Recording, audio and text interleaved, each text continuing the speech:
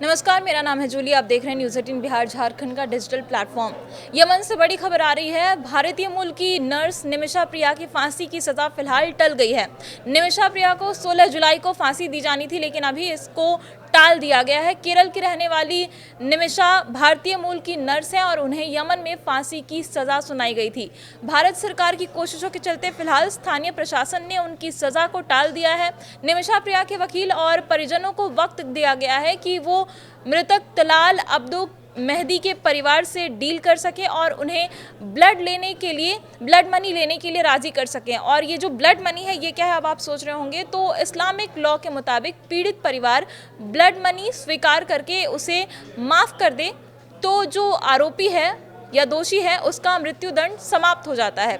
और इसीलिए निमिषा के परिजनों ने भी ब्लड मनी इकट्ठा कर लिया और अब उन्हें मोहलत दी गई है कि वो जो मृतक है उसके परिवारों से बात करें और उनको राज़ी कर ले ब्लड मनी लेने के लिए, ताकि निमिषा की जो मृत्युदंड की सज़ा है उसे समाप्त किया जा सके। केरल की नर्स निमिषा नर्सिंग की पढ़ाई करने के बाद नौकरी के लिए यमन चली गई थी और वहाँ पर उसने पहले नौकरी की। बाद में यमन के नागरिक तलत अब्दो मेहदी के साथ मिलकर क्लिनिक शुरू किया। मेहदी ने उसका आर्थिक और शारीरिक शोषण करना शुरू कर दिया था।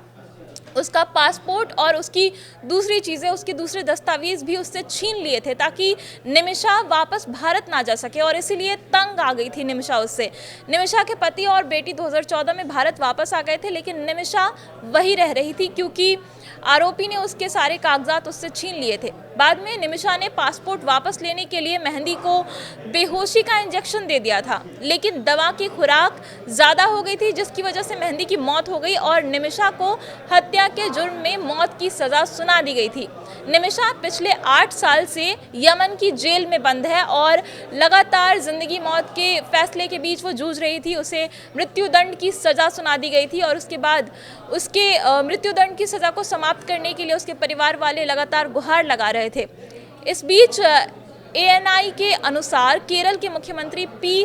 विजयन ने सोमवार को एक्स पर पोस्ट किया और प्रधानमंत्री नरेंद्र मोदी को इस पोस्ट में टैग करके उन्हें पत्र लिखा कि निमिषा की रिहाई सुनिश्चित करें और उसे तत्काल हस्तक्षेप से वापस भारत लेके आए, ये आग्रह किया गया केरल के मुख्यमंत्री के द्वारा। और उसके बाद भारत सरकार ने इस पर एक्शन शुरू किया और भारत सरकार की कोशिशों का नतीजा ये हुआ कि अब निमिषा की जो मृत्यु दंड की सज़ा थी, जो कि 16 जुलाई को उसे मिलने वाली थी, उसे अब टाल दिया गया है और उसके परिवार को मोहलत दी गई है कि वो जो मृतक है उसके परिवार से बातचीत करें और जो ब्लड मनी है, जो पैसे हैं जिसे देकर के उसके मृत्युदंड की सज़ा को माफ़ किया जा सकता है, उसे लेने पर राज़ी कर लें। अगर ऐसा हो जाता है तो निमिषा को बहुत बड़ी राहत मिलेगी।